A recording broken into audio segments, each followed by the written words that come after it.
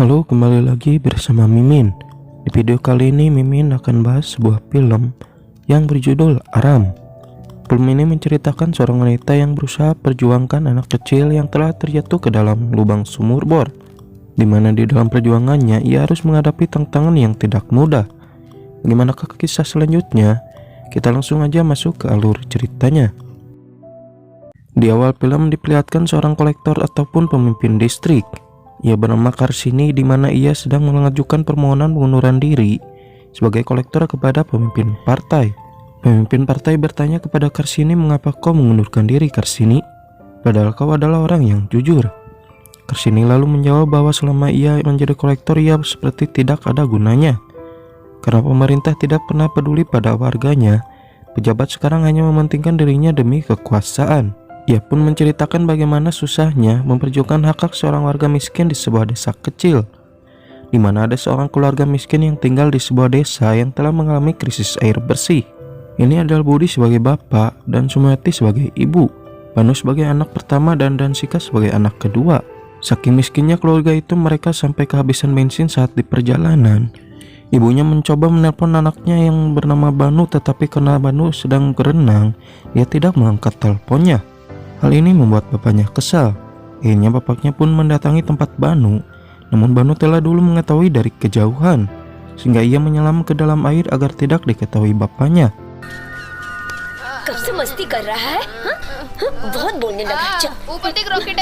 Malam harinya ibunya memberitahu kepada bapaknya kalau Banu mempunyai bakat berenang. Oleh karena itu kita harus mendukung Banu agar bisa jadi atlet renang. Tetapi bapaknya langsung memotong ucapan ibunya dengan mengatakan bahwa Banu harus fokus belajar sekolah. Bakat renang seperti itu tidaklah penting, karena terpenting adalah fokus sekolah yang tinggi agar bisa menjadi orang yang sukses. Banu yang ternyata belum tidur mendengarkan obrolan orang tuanya, sehingga membuat dirinya sangat sedih. Keesokan harinya warga desa Penadu melakukan aksi unjuk rasa kepada kolektor mereka, yaitu Karsini.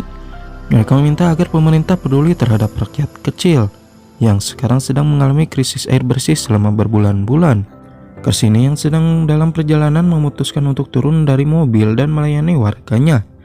Ia pun menenangkan dengan mengatakan pemerintah daerah akan memberikan air bersih kepada warga desa Penadu. Sebagai jaminan ia rela tidak akan meminum air bersih sampai mereka mendapatkannya. Sisi lain, Sumati yang sedang melakukan pekerjaan tiba-tiba kehilangan anaknya yang bernama Dansika. Ia pun bertanya kepada temannya Dansika.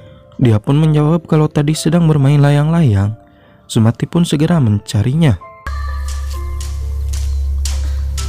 Di tengah pencarinya, dia melewati bekas sisik ular yang membuatnya bertambah khawatir kepada Dansika. Hingga akhirnya dia melihat beberapa orang yang sedang berkerumun di dekat lubang sumur bor.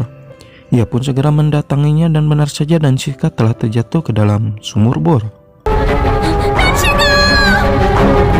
Sumati yang mengetahui itu langsung nangis histeris, bahkan sempat pingsan hingga akhirnya tersadar kembali. Warga desa yang mengetahui itu segera berbondong-bondong mendatangi tempat itu dan berniat untuk menolongnya. Mereka pun segera menelpon pemadam kebakaran dan ambulan. Salah satunya warga mencoba memanfaatkan handphonenya untuk dimasukkan ke dalam lubang menggunakan tali dengan tujuan mendengar suara Dansika, berharap Dansika masih hidup. Dan benar saja saat rekaman handphone itu diputar, terdengar suara Dansika yang mengatakan kalau tempat itu sangat gelap dan sempit. Warga yang mendengar suara Dansika langsung menangis, termasuk ibunya. Seorang reporter juga segera mendatangi tempat itu dan segera memberitakan kejadian itu. Karsini yang mengetahui berita itu segera meminta pejabat-pejabat setempat agar datang ke tempat kejadian.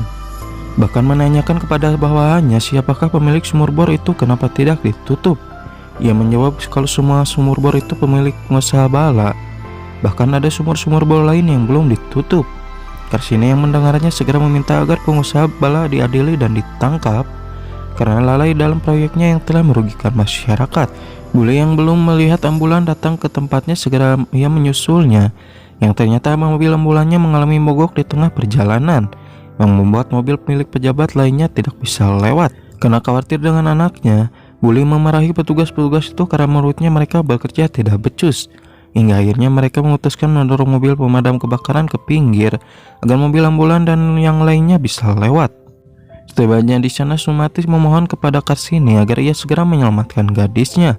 Karsini menjawab bahwa dirinya dan pejabat setempat akan berusaha semaksimal mungkin agar Dansika bisa selamat.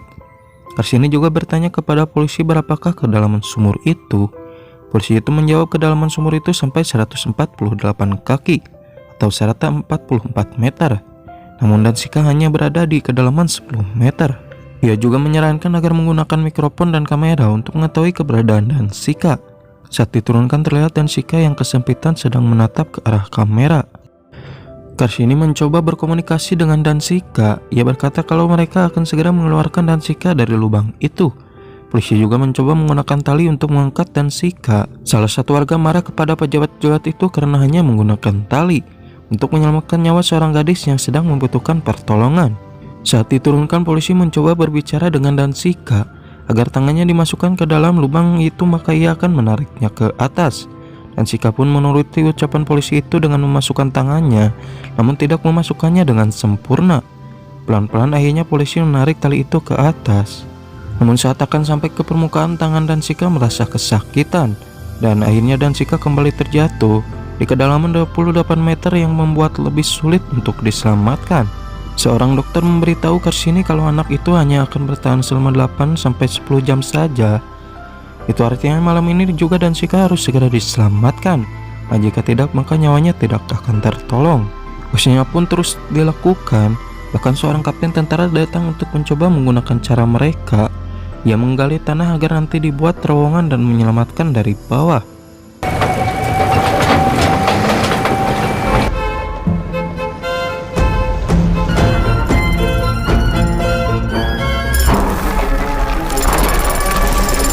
Usahanya harus terhenti karena tanah yang mereka gali menjadi retak, yang jika terus dilakukan maka akan membahayakan Dansika hingga akhirnya malam pun tiba. Karena usahanya tidak ada yang berhasil dan pemerintah tidak ada alat yang memadai untuk menyelamatkan gadis 4 tahun itu, ia akan menggunakan seseorang untuk masuk ke dalam lubang itu, dan ia menyarankan Banu sang kakaknya untuk menyelamatkan adiknya. Awalnya Banu menolak karena tidak mungkin ia bisa masuk ke dalam lubang yang sempit itu, namun karena demi adiknya dia rela melakukannya. Tetapi saat akan diturunkan, Banu menjerit ketakutan dan kesakitan. Dia meminta ayahnya untuk menariknya ke atas, tetapi ayahnya malah terus menurunkan Banu ke dalam. Berbeda dengan ibunya, ia malah meminta Banu untuk dinaikkan. Karsini lalu mendatangi Banu dan merayunya agar turun kembali. Ia mengatakan bahwa seorang kakak harus berjuang menyelamatkan adiknya, karena jika tidak nyawa adiknya tidak akan terselamatkan. Akhirnya Banu pun memberanikan diri untuk turun kembali. Sesaat kemudian Banu naik dengan mengangkat Dansika.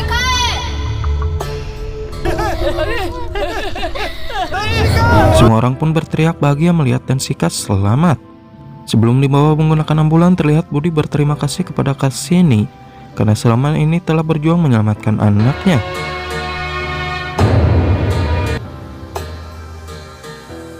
Dan film pun kembali ke Karsini saat sedang bersama ketua partai.